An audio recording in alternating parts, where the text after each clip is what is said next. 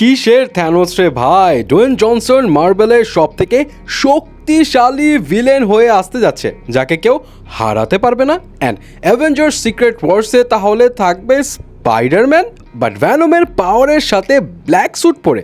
এখানেই আছে টুইস্ট রে ভাই, and super interesting at the same time heart breaking একটা স্পেকুলেশন এলো সামনে। প্রথমে আসি স্পাইডারম্যানের কাছেই। ভেনম 3 মুভি তো অভিনেতা টম হার্ডির লাস্ট মুভি হতে যাচ্ছে এমসিইউতে, অ্যান্ড এটাই শেষ ভেনমের সঙ্গে তার কানেকশন। বাট এই ভেনম 3 এর সাথে স্পাইডারম্যান 4 এর একটা কানেকশন বের করেছে ফ্যান্সরা। বিষয়টা হলো, আমরা খুব হালকা করে মাত্র কয়েক সেকেন্ডের জন্য ভিলেন নালের গ্লিমস দেখেছি, অ্যান্ড এই নাল হচ্ছে ভেনম অ্যান্ড বাকি সিম্বিয়টদের ক্রিয়েটার। অ্যান্ড ভেনমের জন্য এই নাল হতে যাচ্ছে সব থেকে পাওয়ারফুল ভিলেন, যেটাকে সে কখনোই একা মোকাবেলা করতে পারবে না। আবার এডি অ্যান্ড ভেনম যে ইউনিভার্সে থাকে সেখানে কিন্তু স্পাইডারম্যানও নেই। সো স্পেকুলেশন রয়েছে যে হয়তো ভেনম 3-তে এডি অ্যান্ড ভেনম আর্থ 616-এ ট্রাভেল করবে বাকি সুপার হিরোদের হেল্প চাওয়ার জন্য। অ্যান্ড মেবি ওখানেই তার সাথে টম হল্যান্ডের স্পাইডারম্যানের দেখা হবে, অ্যান্ড সে ভেনমকে হেল্প করতে রাজিও হবে। বাট সিচুয়েশন এমনও আসতে পারে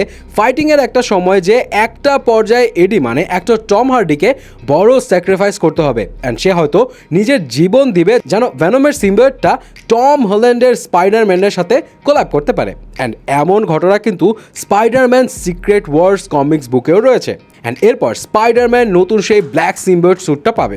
যদি টবি মেগারের স্পাইডারম্যান 3-তে এই সিম্বিয়ট স্পাইডারম্যানকে দেখানো হয়েছিল, বাট ওটার কস্টিউম কমিক বুকের অরিজিনাল কস্টিউম থেকে আলাদা। বাট এনিওয়ে এবার হয়তো অরিজিনাল কস্টিউমটা স্পাইডারম্যান পাবে, অ্যান্ড ভ্যানমের সাথে কোল্যাব করে সে ভ্যানম 3-তে নালকে মোকাবেলা করবে। অ্যান্ড এরপর স্পাইডারম্যান 4 থেকে হয়তো আমরা ব্ল্যাক স্যুটওয়ালা স্পাইডারম্যানকে দেখতে পাবো, যে স্পাইডারম্যান অ্যাভেঞ্জার্স সিক্রেট ওয়ার্সেও থাকবে। যদিও এটা theory, but this theory makes sense because একে তো টম হার্ডির ভ্যানমের সাথে এটা লাস্ট ফিল্ম, প্লাস ট্রেলারেও স্যাক্রিফাইস নিয়ে অনেক কথাবার্তা ছিল। সো দেখা যাক কি হয়। এবার আসি ডুয়েন জনসনের কাছে। এখন অবধি মার্ভেলের মোস্ট পাওয়ারফুল ভিলেন হিসেবে যদি কাউকে দেখছি আমরা, তাহলে সেটা হচ্ছে Thanos. But Dwayne Johnson maybe থ্যানোসের থেকেও বেশি পাওয়ারফুল হয়ে হাজির হবে, যাকে কেউ হারাতেই পারবে না। অ্যাকচুয়ালি বাজ উঠেছে যে মার্ভেল এখন চাচ্ছে নাকি ডুয়েন জনসনকে এমসিইউতে আনতে, অ্যান্ড এক্স-মেনের একটা রিবুট ফিল্ম বানাবে যেখানে ভিলেন অ্যাপোকালিপস হিসেবে আনতে চাচ্ছে ডুয়েন জনসনকে। এখন আপনার প্রশ্ন হইতেই পারে, ধুর মিয়া, এই অ্যাপোকালিপসকে তো আগেও দেখেছি, এই ব্যাটা আবার থ্যানোসের থেকে পাওয়ারফুল কেমন হইলো যে ওকে কেউ হারাতেই পারবে না? আরে ভাইয়া, প্রবলেম তো ভিলেন না, প্রবলেম তো ওই ডুয়েন জনসন। এখন আসলে ডুয়েন জনসন থাকবে কি থাকবে না সেটা তো জানি না, কিন্তু ডুয়েন জনসনের ক্ষেত্রে যে কোনো মুভি করার ক্ষেত্রেই একটা শর্ত থাকে, সে হলো ফাইটিংয়ে তাকে কেউ হারাতে পারবে না।